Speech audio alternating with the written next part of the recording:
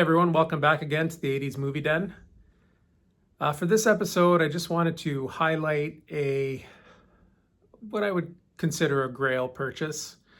It's something that I've looked at for quite some time now, off and on over the years. And since I've gotten back into the hobby of diecast collecting, I thought I would pick it up, and I'm so happy that I did. I guess it's a grail item in adulthood because I did have this item when I was a youngster. There's actually a picture of me playing with this piece at my grandparents' house. It's a toy that I absolutely loved, and I could literally spend hours and hours playing it. It was so much fun, and it's a Hot Wheels classic, and it was made in 1979, and we're going to take a closer look at it. All right, folks, here it is. It's the 1979 Stow and Go Hot Wheels Service Center Garage. Now, this piece was absolutely a blast to play with when I was a kid. I remember getting it, I was probably I'd say about six or seven when I had it.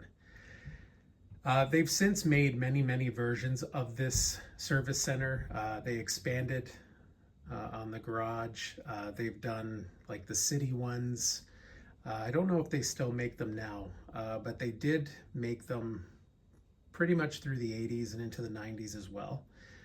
Like I said, I'm not too sure if they still make them, but this was a toy that I absolutely loved playing with as a kid. I don't remember much about the beginning stages of it in terms of putting stickers on it and stuff, because the item came completely barren, and it came with sticker sheets. I don't think at my age I would have been,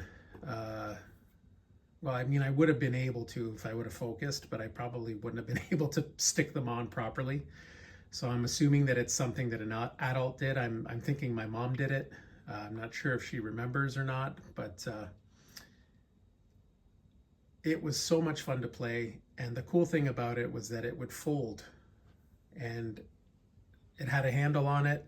You could take it anywhere. It was easy to transport, and you take your cars with you, and then you set it up wherever you are, and away you go.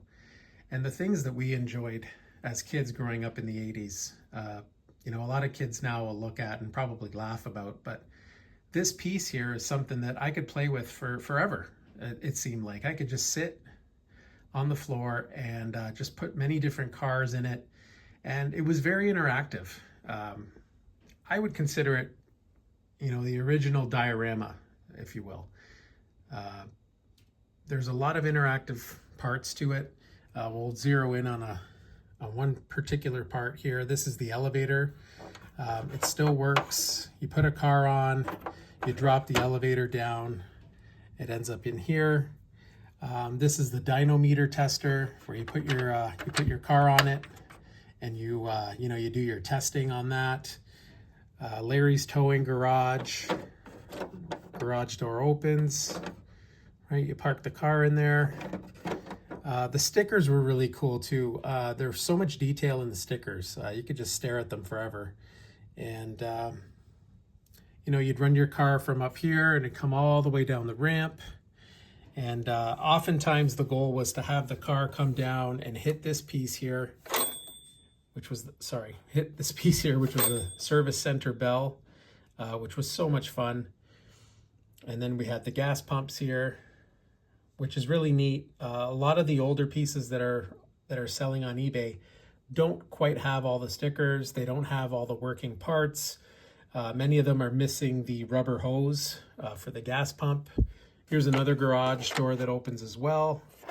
And then the car wash station with the foam rollers, which are intact and working. Just a beautiful piece.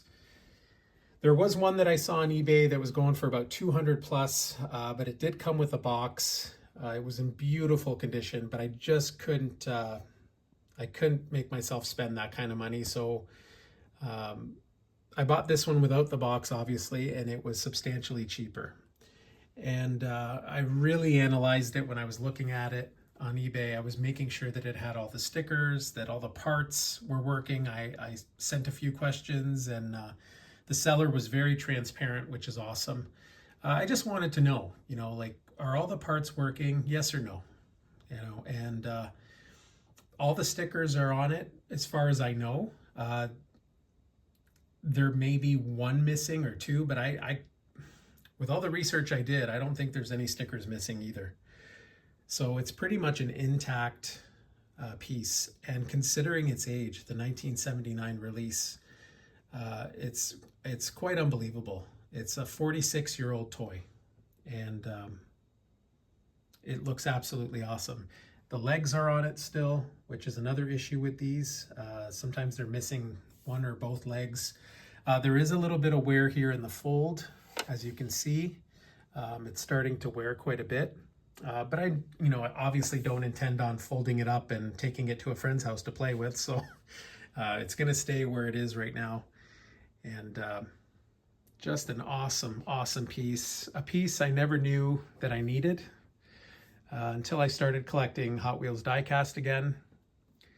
I'm going a different route with collecting with Hot Wheels this time around. Like I've said in previous videos, it's more of collecting premium die-cast, 70s, 80s, and early 90s die-cast, and a lot of sets, anniversary sets, box sets, looking into eventually picking up, lunch boxes and just items with the Hot Wheels logo on it.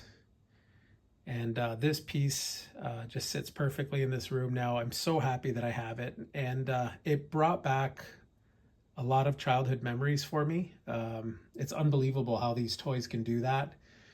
Of all the things that I've bought over the years, this item here seemed to resonate with me quite a bit. I did spend a lot of time playing with it as a youngster, and I think that has a lot to do with it. So anyways, this is the 1979 Hot Wheels Service Center Stow and Go Garage.